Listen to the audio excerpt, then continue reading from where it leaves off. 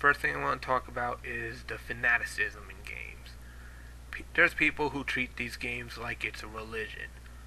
Honestly, there's no reason to go about like that.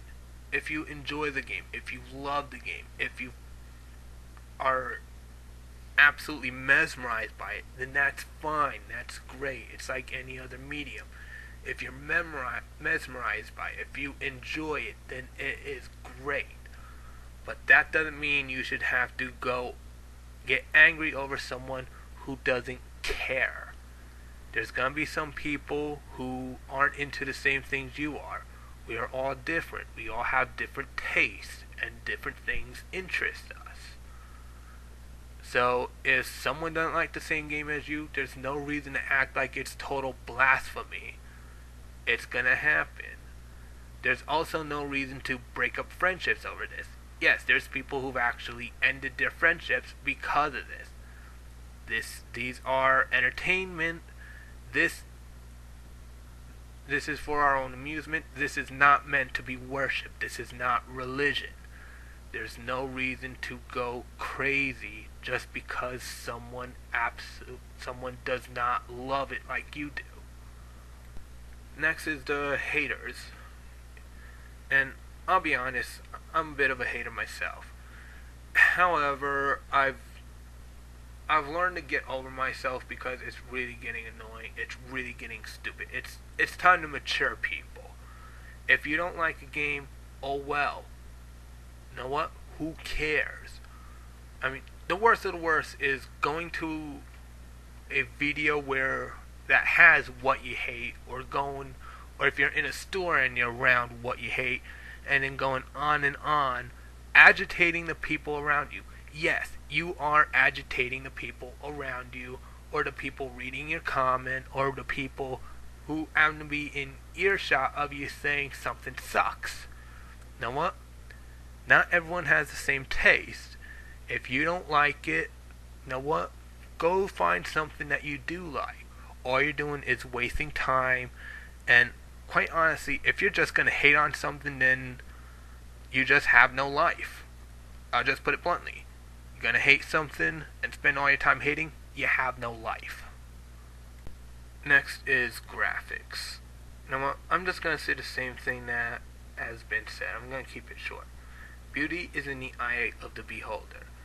Whatever is beautiful to one person is repugnant to another. I mean, you may not like something that's pixelated, but some people like it pixelated. There's no reason to go crazy over stupid things like if the frame rate is below 50, or if the eye color you don't approve of. It doesn't really matter. If you don't like it, then go pick out a game that looks good to you. Don't just keep hating. Like I said with the haters, you gotta get over yourself and grow up. Now on to the whole thing of elitists, the whole hardcore mentality. And I'll be honest, this has been the worst of the worst when it comes to gaming. I really wish I was lying when I say this, but I'm not. Now, there's no problem with being hardcore. It just means that you're taking it to another level, to an intensity. But if you get too intense, then what do you have? You have nothing. And honestly, not everyone's gonna play a game to be hardcore. You don't have to know all the secrets. You don't have to know all the button presses. You don't have to buy all the merchandises. If you want to do that, then that's fine. That's great. More power to you that you actually have appreciation. Just don't take it to a religious level, number one. And number two, don't go hating on people who aren't playing the same way you are. Not everyone will play the same game the same. We are playing two people will play a game completely different. You know what? That's fine. It's good to have a variety amongst the players. But just because someone plays differently from you, or just because someone isn't competitive, doesn't mean anything. These are games. One thing games do are allow us to have fun. Not everyone plays to compete. Some people play to have fun. Believe it or not. There's nothing wrong with that. You shouldn't have to bother people if they're not gonna be hardcore. You don't have to be hardcore to enjoy the game. Next thing, the whole idea of games being rip-offs. I'm just gonna say it straightforward. Making games is a business. No matter how artistic you are or what, it's a business practice. And generally speaking, there are norms, standards. If someone is following a standard like how the heads-up display should be or how the control scheme is meant to be, then a game's gonna follow like that. Just because another game didn't doesn't mean it's an absolute rip-off. It's only a real rip-off when copyrights are broken and trademarks are breached. If a game is an obvious breach of trademark or infringement of copyrights, then yes, it's a rip-off. But if it's just an emulation, it's really not a problem. They're just emulating the style. They're following a standard. It's how you're supposed to do things, really.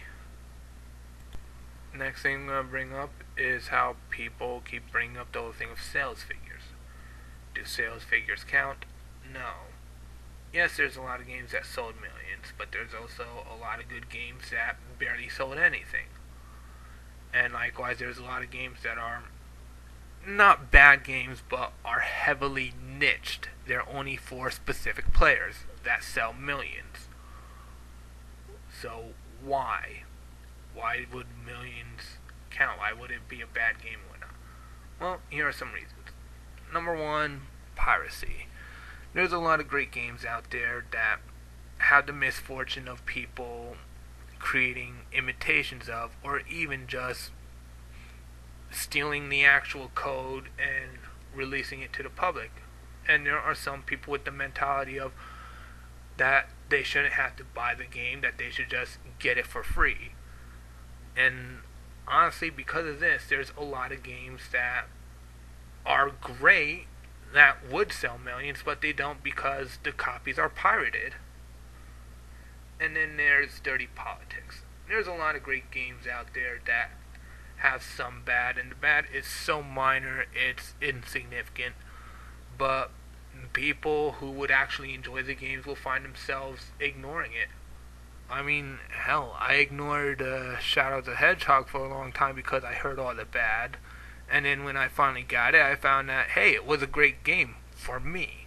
It's a great game for me, and that's how it is with any other game that people say are bad. Games that could have sold millions wind up not doing so because people hear so much of the bad that they don't know what's good in the game. Next reason why selling millions don't count is marketing.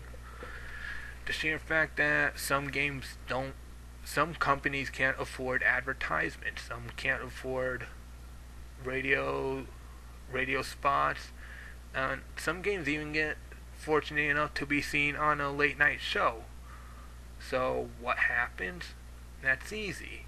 These games get exposure. And as long as the game is good, with people knowing the game is there, they're going to get the game. And they're going to enjoy it. Or get rid of it if they don't like it. And that's just how it is. Media exposure is what affected a great deal of games. I mean, look at all the games that basically started out with great franchises. Well, started great franchises. Super Mario Brothers. That was seen, there was a news coverage on that. What happened with Halo? News coverage. Call of Duty. How many of us have seen the same Call of Duty commercial or the same Halo commercial? Mortal Kombat, Street Fighter. There's a lot of games out there that have a lot of different advertisements for it. And there are a lot of good games out there that don't get any advertisements at all. And quite honestly, If you're ever scraping the bottom of a bargain bin, you're gonna probably find these games that would have sold millions, but they couldn't because advertisement isn't affordable. And the next thing is that some games are just released in limited supply.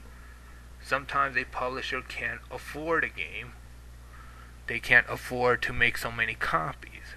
So what winds up happening is that the game is only made in a short quantity. So even though the game has potential to sell millions, it doesn't. Why? There's not enough copies to sell millions. And that basically is the reason why I say that the whole thing of a game that sold millions don't count. It doesn't matter that a game sold millions. No, not with piracy, dirty politics, media coverage, and supply limitations. These four factors are the prime reason why it doesn't really matter that there are $1 million games, why a game sells millions. There's so many reasons why a game sells millions, and there's many reasons why games don't sell millions. Last thing to comment on is the idea of which system is the best. In short, I'm just gonna keep this short in that there is no best. Just as there's an upside to a system, there's also a downside. And to really list all that would take literally hours. This would be like there would be like a part 5 and a part 6, even a part 20 maybe. I'm not gonna do that. I don't have time to do that. I don't have the patience to do that. All I'm gonna say, and keep it simple, is that there is no best.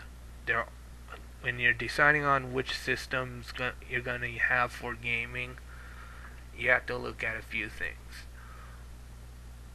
Well, you have to look at two main things. Number one, are the games what you want? Number two, are you comfortable with the control scheme? And that's it. Control scheme and the games. This is not to say like every console game is going to have motion controls. No, not every console game has motion controls. And likewise, not every console game relies on having to memorize button presses. And that's basically it, really. Despite what anyone says, you know what, if you have a preference for a certain system, that is fine, that is okay. There is nothing wrong with that. But for crying out loud, don't press your preferences onto other people. Who cares that it's your fave system or that it's system that you had the most fun on? Chances are there's going to be people who aren't comfortable with that kind of controller, or that aren't comfortable with memorizing certain button presses, or aren't comfortable having to shake a controller around or flap their arms in front of a camera. Yeah, I said it. Flap their arms. I've seen that having to happen for the interface of some of these games. But just as there are the bad, there's also the good. And when you're going to decide on a system for yourself, you look at what games you like and how the interface is. And that's about it.